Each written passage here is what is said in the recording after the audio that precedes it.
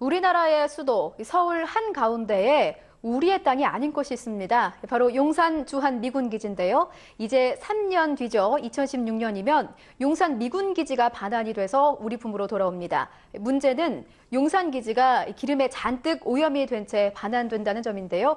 용산기지를 비롯해서 미군기지의 오염 실태와 대책 알아보겠습니다. YTN 사이언스 신경림 기자 나와 있습니다. 안녕하십니까? 네, 미군 기지가 유출된 기름이 오염돼 있다는 거 어느 정도 많이 알려져 있습니다. 오래전부터 제기되어 문제인데요. 네. 실제 취재해 보니까 어떻습니까? 오염이 많이 진행이 됐나요? 네, 제가 취재를 다녀온 곳이 용산기지와 군산기지였는데요. 네. 두 군데 모두 기름 냄새가 무척 심할 정도로 오염이 심했습니다. 앞으로 23개 미군기지가 순차적으로 반환되는데요. 기지 내부 토양이 기지 외부보다 평균 3배 이상 오염도가 높은 것으로 조사됐습니다. 굉장히 심각한 문제입니다. 당장 저희뿐만 아니라 우리 후손에까지 영향을 미칠 수 있는 문제이기 때문인데요. 근본적인 문제를 해결을 하려면 오염 원인 미군 기지 내부를 조사하고 대책을 마련하는 게 정상입니다. 하지만 현재로서는 뚜렷한 방법이 없다면서요? 네, 소파 규정상 우리가 미군기지 내부에 들어가서 마음대로 조사할 수는 없습니다.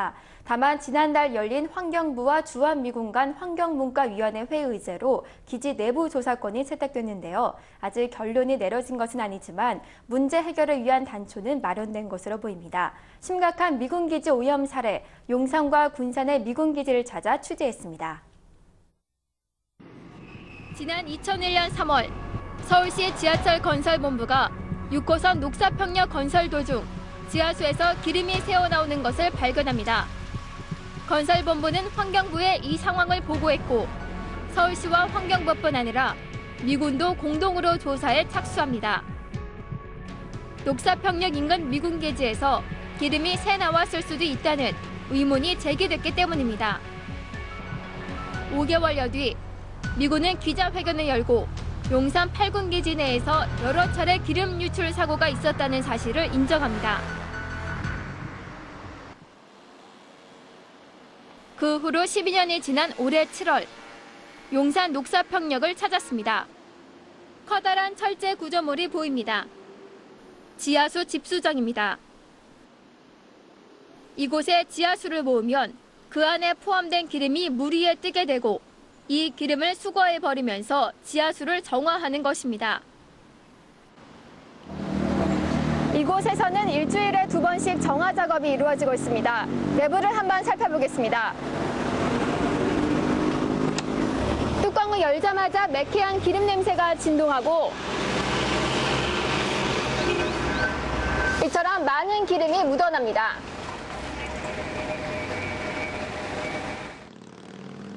아직도 기름에 오염된 지하수가 많다는 증거입니다.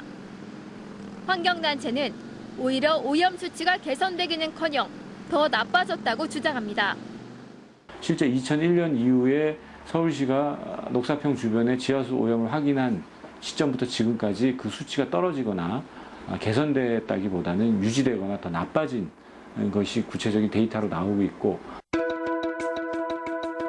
용산기지 주변에 연도별 지하수 오염도 분석 결과입니다. 발암물질인 벤젠의 경우 2010년에는 15mg에서 2011년에는 1리터당 최고 42mg으로 급증했습니다.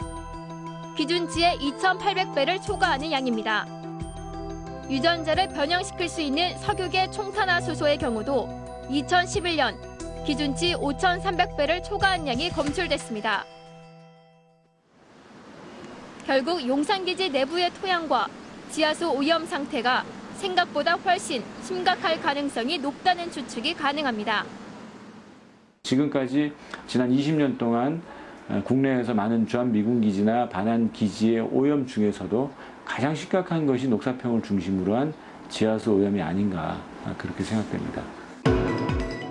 결국 기름 오염을 근본적으로 해결하려면 미군기지 내에 들어가 조사를 하고 대책을 세워야 하는데 현재 상황으로는 그럴 수도 없습니다.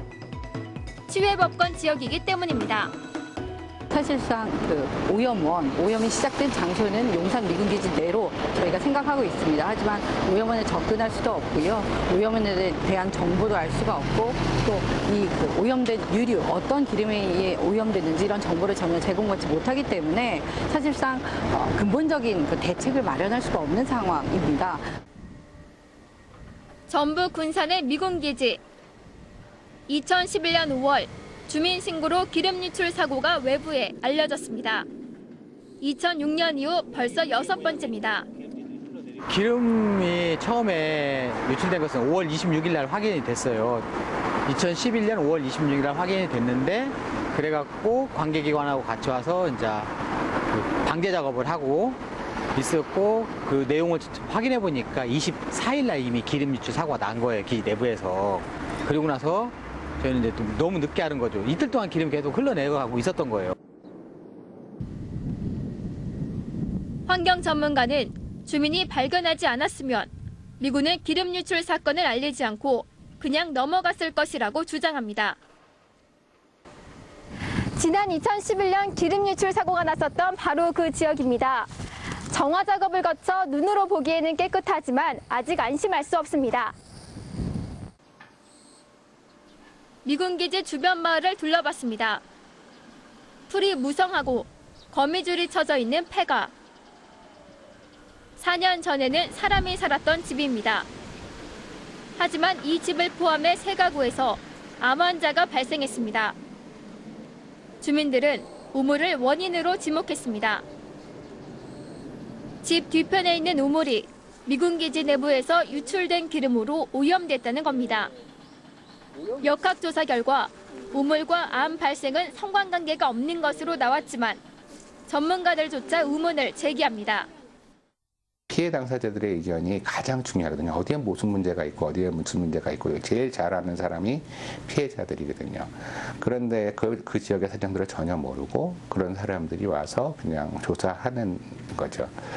그래서 역학조사에서 결과가 문제가 없다 그러면 문제가 없는 것이죠. 그렇지만 조사 과정이 지역 주민의 의견들이 정확하게 반영되고 그랬는지가 또 하나 봐야 될 부분일 것 같아요. 마을 곳곳에는 아직도 기름띠가 보일 정도로 기름 유출의 흔적이 남아 있습니다.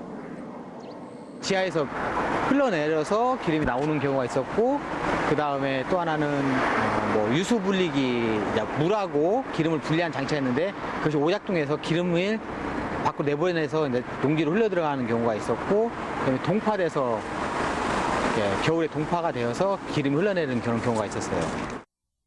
이 같은 기름 오염은 용산과 군산만의 일이 아닙니다.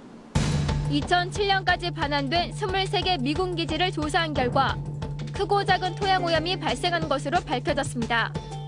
특히 동두천, 파주, 의정부, 하남, 서울, 화성에서는 국내 기준치 100배 가까운 오염 농도를 기록했습니다.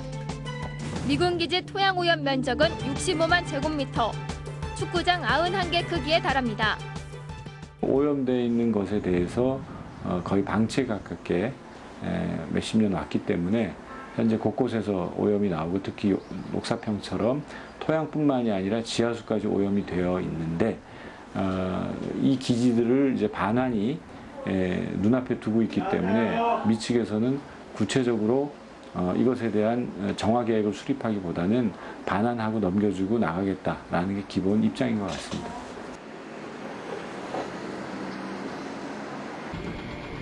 국내 반환 대상 주한미군 기지는 모두 80개소. 2011년까지 48개소가 반환됐으며 앞으로 32개소가 반환 예정입니다. 잠시 빌려줬을 뿐인데 오염되고 병들어버린 우리 땅. 미군이 떠나기 전 정확한 오염 실태 조사와 원인 규명이 시급합니다. 네, 오염이 참 심각합니다. 정화 작업이 빨리 이뤄져야 할 텐데요. 막대한 시간과 돈이 드는 건 당연한데 책임질 사람이 없다면서요. 네, 그 부분이 지금 가장 큰 난제로 남아 있습니다. 네. 우리가 미군의 책임을 물으려면 기지가 반환되기 전에 위해성 평가를 실시해야 합니다. 우리나라 측은 위해성 평가에 따라 정화 책임을 져야 한다고 주장하지만 미국 측은 위해성 결과에 상관없이 인간 건강에 급박하고 실질적인 위험이 발생했을 때에만 정화 책임을 진다라는 상반된 입장이어서 협상하는 과정에서 이견이 존재하고 있습니다. 뭐 산 넘어 산입니다. 반환이 완료된 기지에 대해서는 또 미군에 더 이상 책임을 물을 수도 없다면서요. 네, 그렇습니다. 이 때문에 아직 반환되지 않은 미군 기지의 경우 내부 토양 오염 여부를 꼭 확인할 수 있는 제도적 뒷받침이 필요합니다. 예, 그렇군요. 이 미군에게 빌려준 우리 땅입니다. 이 토양 오염이라는 심각한 문제를 안고 우리에게 되돌아오는데요. 이 한미 양국 관계와 국민적인 정서를 고려한다면 더 이상 쉽게 넘길 문제가 아닌 것 같습니다. 오염 당사자의 책임 있는 태도 기대해 보겠습니다. 신경림 기자 수고하셨습니다.